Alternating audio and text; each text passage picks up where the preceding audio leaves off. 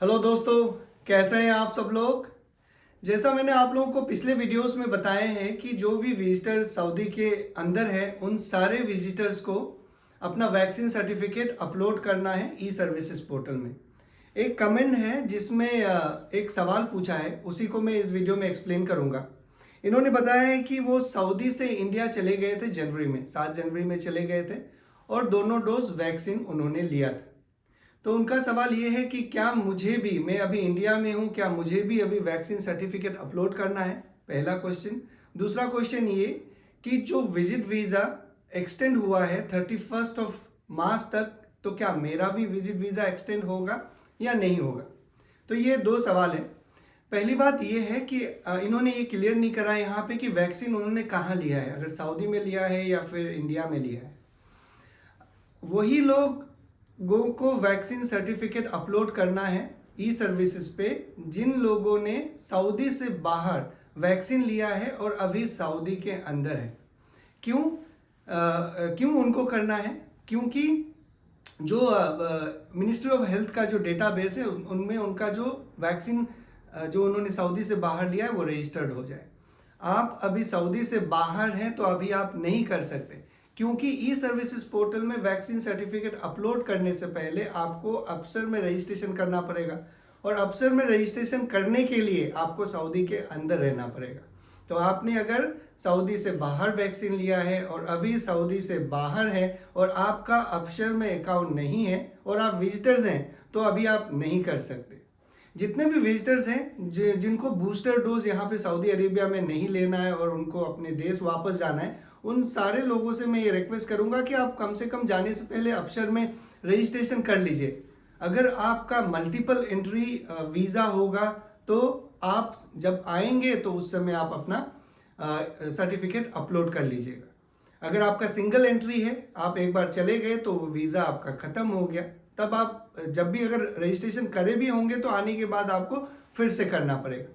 तो आप अभी नहीं कर सकते वैक्सीन सर्टिफिकेट अपलोड। जब आप सऊदी आएंगे तो आप मुकीम में रजिस्ट्रेशन कीजिएगा, वहाँ पे जो भी आपका वैक्सीनेटेड विजिटर्स है या फिर नॉन वैक्सीनेटेड विजिटर्स है सेलेक्ट कीजिएगा। आपने 2 डोज लिया है तो वैक्सीनेटेड विजिटर्स ही सेलेक्ट करके रजिस्ट्रेशन करके आइएगा। तो उस समय जब आप आएंगे तो क्या प्रोटोकॉल रहेगा, क्या गाइडलाइन रहेगा, उसका पालन कीजिएगा।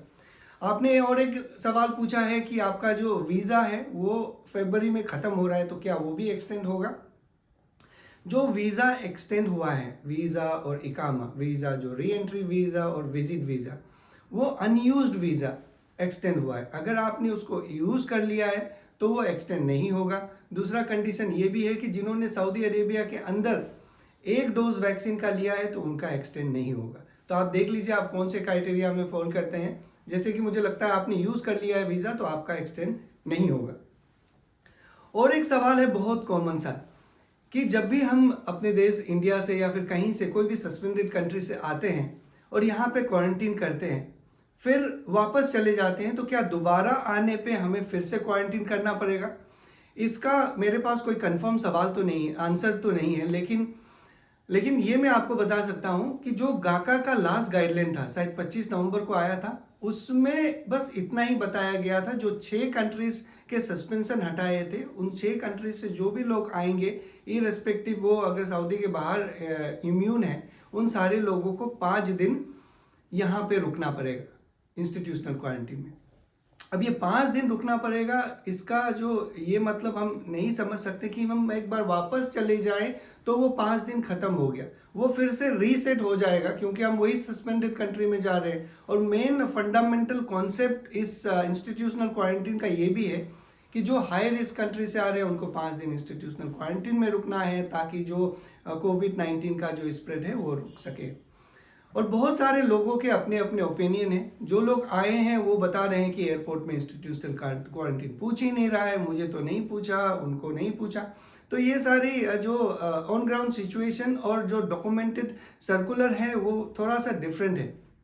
इसको मैं कॉन्ट्राडिक्ट नहीं करूँगा, लेकिन मैं आपको यही बताना चाहूँगा कि जो भी डॉक्यूमेंट में लिखा गया है, जो गाका का लास्ट सर्कुलर है, उसको आप पालन कीजिए।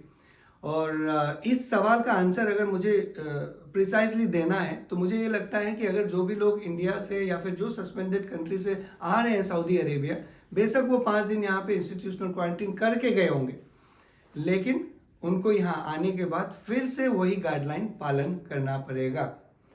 तो आज के लिए बस इतना ही। अपना ख्याल रखिए। Thank you very much.